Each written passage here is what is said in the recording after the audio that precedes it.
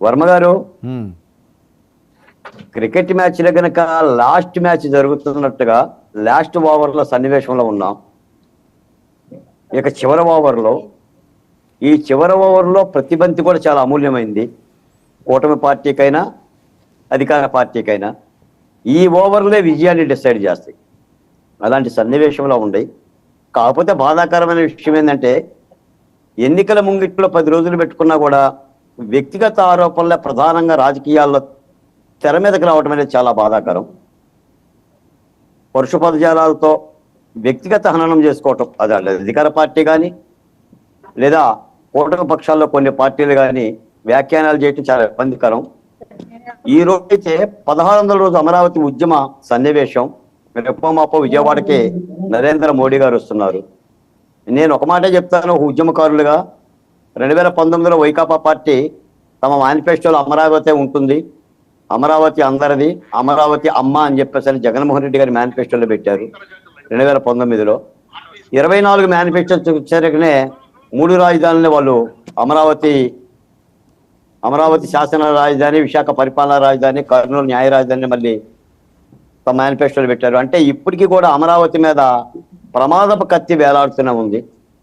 ఈ రోజున రాజధాని మహిళలో మేము కూర్చొని అదే వెగొచ్చాం. ఎందుకంటే ఆంధ్రప్రదేశ్కి శాసనాల ద్వారా, చట్టాల ద్వారా, సిఆర్డిఏ ఒడంబడికల ద్వారా రూపొందించిన రాజధానికి ఇంకా ప్రమాదం పొంచి ఉంది. ముఖ్యమంత్రి గారైతే తన నిర్ణయం నుంచి వెనక్కి రావడం లేదు. న్యాయస్థానాలు చెప్పినా, రాజధాని ఉద్యమాలు రైతులు పోరాడినా, ప్రధాని నరేంద్ర మోడీ గారు విజయవాడ వస్తున్నారు కాబట్టి ఇప్పటికైనా సరే రాజధాని పక్షాల తరఫున అమరావతి భోజనం చేసిగా ప్రధాని నరేంద్ర మోడీ గారిని ప్రశ్నిస్తున్నాం.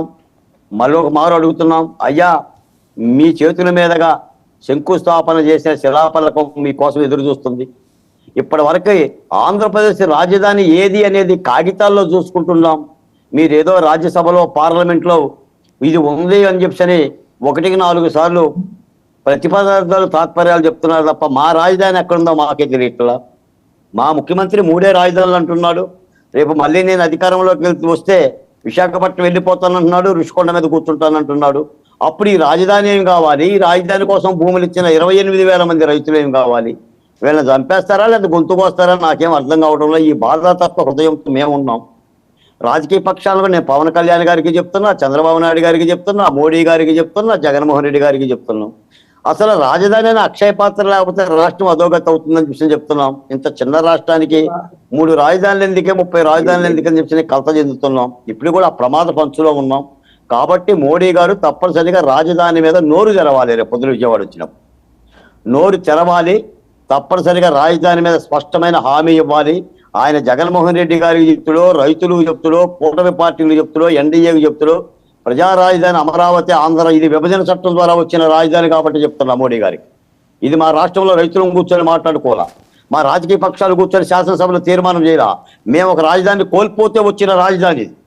విభజన చట్టం ద్వారా భాగ్యనగరాన్ని కోల్పోతే కేంద్ర ప్రభుత్వం ఆర్టికల్ 3 ద్వారా ఇచ్చిన మా రాజధానిని మాకు ఒక పరిష్కార మార్గం చూపాల్సిన అవసరం ఉందని చెప్తున్నా. మీరు ముద్రగడ్డ గురించి చెప్పారు. ముద్రగడ్డ చాలా పెద్దవారు. నేను ఒక మాట చెప్తాను సార్, ముద్రగడ్డ ఎంపీగా పనిచేశారు, స్వర్గీయ ఎన్టీ రామారావు గారికి నెంబర్ 2గా పనిచేశాడు, మంత్రిగా పనిచేశాడు. ఆయన కాపు ఉద్యమ నేత. ఆయన ఉద్యమాలు చేస్తున్నప్పుడు కాపు అనే పదం చాలా మందికి తెలియదు. నాకు తెలిసి నేను బహుజన కులాల ఉద్యమ నేతనే. కారంచేడు, నీరుకొండ, పదిలకుప్పం, వేటపాలెం, కంచిచెర్ల, చిల్లకల్లు ఎంతో మంది బహుజన నాయకులతో కలిసి నడిచినోడినే. ఆనాడు మేము జర్నలిస్టుగా ముద్రగడ్డ పేరు రాసుకునే వాళ్ళం. ఆయన ఒక ఐకాన్గా ఉండేవాడు. రాజకీయాల్లో మార్పు చెందొచ్చు, ఆయన నచ్చిన పార్టీలు ఆయన వెళ్ళొచ్చు, కానీ వ్యక్తిగత దోషం చేయటం కంటే రాజకీయంగా ఆయన మీద ఆరోపణలు చేస్తే సముచితంగా ఉంటుందని నేనైతే ముద్రగడ్డ మీద ఎలాంటి ఆరోపణలు చెయ్యదలుచుకోలేదు. నా వయసు సరిపోదు, నా అనుభవం కూడా సరిపోదు.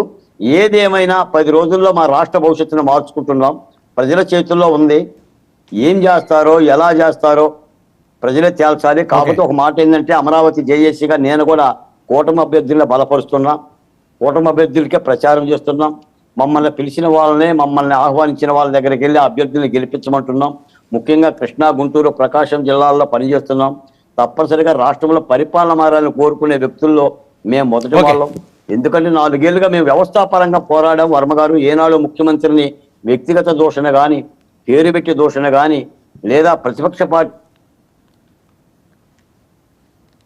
రాజ్యాంగము, చట్టాలు, ప్రజాస్వామ్యము, రైతులు, నేల, భూమి, చేసిన ఒడంబడికలు, బహుజనులు, సంక్షేమ పథకాలు, ఎత్తివేతలు, కుదేలు, అప్పులు, ఆదాయం, ఇదే మనం మాట్లాడుతున్నాం. ఇటీవల కూడా ముఖ్యమంత్రి గారు ఒక ఇంగ్లీష్ ఛానల్కి ఇస్తూ ఉద్యోగాలంటే పరిశ్రమలు వస్తే ఉపాధి అవకాశాలు రావు, తోపుడు బళ్ళు, పండ్ల వ్యాపారము, అలాగనే టీ దుకాణాలు, పెట్రోల్ బంకుల్లో పనిచేస్తే అవే ఉపాధి అన్నట్టుగా మాట్లాడుతున్నాడు. నాకు ఎందుకో అర్థం కావడంలా ముఖ్యమంత్రి గారు ఎందుకు మాట్లాడుతున్నాడో అలా అర్థం కావడంలా ఆయన చెల్లెల విషయం కానీ, షర్మిలారెడ్డి మీద కానీ, సునీతారెడ్డి మీద కానీ, వాళ్ళిద్దరు చంద్రబాబు నాయుడు గారు మనుషులు అని చెప్పేసి అనడం కూడా గర్హనీయం. ఆమె ఒక రాజకీయ పార్టీకి సంబంధించిన అధ్యక్షురాలు, కాంగ్రెస్ పార్టీ అధ్యక్షురాలు. చంద్రబాబు నాయుడు గారు చెప్తే షర్మిలా గారు వినాల్సిన పని ఏం లేదు, మరొకరు చెప్తే వినాల్సిన పని లేదు. సునీతారెడ్డి గారు తన తండ్రికి సంబంధించిన న్యాయం కావాలని న్యాయస్థానాలను కోరుతుంది. నేను ఒక మాట చెప్తాను ఈ సందర్భంగా, వర్మ గారు, న్యాయస్థానాలు సిబిఐ ఆ కేసును విచారిస్తుంది. ఇప్పటి వరకు 8 మంది దోషులు ఛార్జ్ షీట్ పెట్టింది. ఒక మాట సాక్షాత్ ముఖ్యమంత్రి గారే వివేకానంద రెడ్డి ఎలా తెలిపారో వివేకానంద రెడ్డి గారికి తెలుసు అని చెప్తుంటే మరి రాష్ట్రంలో అన్నిటికీ ఎవరు సమాధానాలు చెప్తారు? ఎవరు ఎందుకు చనిపోయారు ఎవరికి తెలుస్తుంది? కాబట్టి పరిపాలకుడు ఇది కర్తవ్యం కాదు. రాష్ట్రం బాధపడుతుంది, రాష్ట్రం దిగాలు పడ్డది. ఈ రాష్ట్రంలో పరిపాలన పగ్గాలు రాష్ట్ర ప్రజలు మార్చుకుంటారనేది మా ఆశ. ఆ దిశగానే మేము పనిచేస్తున్నాం. మార్పు అనివార్యం అవుతుందనేది మాది కూడా ఆశ. ఎలా చేస్తారో ఏంటి అనేది, ఎందుకంటే ప్రజాస్వామ్యంలో ప్రజల నిర్ణేతలు అధికార పార్టీకి ఇస్తారా కూటమికి ఇస్తారనేది ప్రజల వల్ల రాతలు మార్చుకుంటారా తీర్చుకుంటారనేది 5 ఏళ్ళకు ఒకసారి రాజ్యాంగం ఇచ్చిన ఓటు హక్కు ద్వారా సద్వినియోగం చేసుకోవాల్సిన అవసరం ఉంది. తప్పనిసరిగా జాగరూకతగా రాష్ట్రంలో ఒక మంచి భవిష్యత్తు దిశగా అడుగులేస్తారని ఓటర్లు 4,14,00,000 మంది ఓటర్లు ఇచ్చే తీర్పు రాష్ట్రానికి ఒక శుభసూచకం అవుతుందని ఆశిస్తున్నాం. ఓకే, శాంతిప్రసాద్ గారు చెప్పండి. ఇప్పుడు మా నియోజకవర్గ ఎమ్మెల్యే పేర్ని నాని, మాజీ మంత్రి, ఆయన సినిమాటోగ్రఫీ మంత్రిగా ఉన్నప్పుడు పవన్ కళ్యాణ్ మీద విమర్శలు చేస్తూ ఏమన్నాడంటే, మేము కాపులు అండి, మాకు బీరకాయ పీసులు ఉంటాయండి, మేము ఏమైనా అనుకుంటామండి,